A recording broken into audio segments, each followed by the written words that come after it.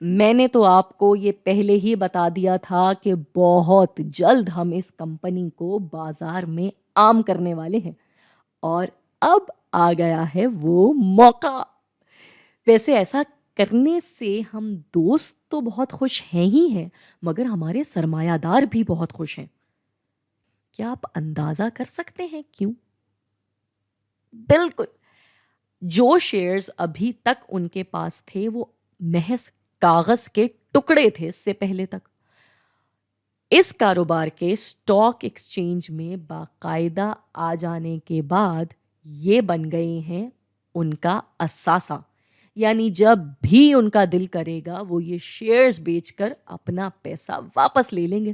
اسی لیے اس کمپنی کا افتتاح ضروری ہے۔ ویسے ہمیں افتتاح سے پہلے ایک اور بہت بہت ضروری کام کرنا ہے، اور وہ ہے IPO کا فیصلہ کرنا، یعنی انیشیل پبلک آفرنگ کا فیصلہ کرنا۔ مطلب کہ ہم اپنے شیئرز کے افتتاح کے وقت پہ صارفین کے لیے کیا قیمت رکھتے ہیں۔ یہ قیمت ایسی ہونی چاہیے کہ ہمیں نقصان بھی نہ ہو اور صارفین کو دکھے کم قیمت اور مستقبل کا منافع، اور وہ خریدیں ہمارے شیئرز۔ اس کے لیے ہمیں ایک انڈر رائٹر بھی رکھنا ہوگا، یعنی وہ شخص جو کہ ساری قانونی کارروائی دیکھے گا۔ اب مثال کے طور پہ ہمیں اندازہ ہوتا ہے کہ ہم نے تو سرمایہ زیادہ لے لیا ہے، مطلب کہ اگر ہم کوئی ایسی قیمت رکھیں کہ ہم 5 اور ہمارے انویسٹر سب کو ہی پیسہ ملے تو شیئرز کی قیمت بڑھانی پڑ جائے گی، اور اگر ہم نے زیادہ قیمت بڑھا دی تو کوئی شیئرز خریدے گا نہیں، ہمیں نقصان ہو جائے گا۔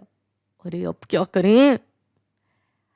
ویسے ایسی صورتحال میں اکثر ایسا ہوتا ہے کہ کوئی بینک یہ دیکھتا ہے کہ جی یہ کاروبار تو مستقبل میں بہت بہترین منافع کمانے والا ہے، تو وہ یہ کرتا ہے کہ اس کاروبار میں شامل ہو جاتا ہے، ایسے کہ وہ ہم دوستوں کو اور ہمارے سرمایہ داروں کو خود پیسہ دینے لگتا ہے اور اسٹاک ایکسچینج میں شیئرز کم قیمت پر بیچنے لگتا ہے۔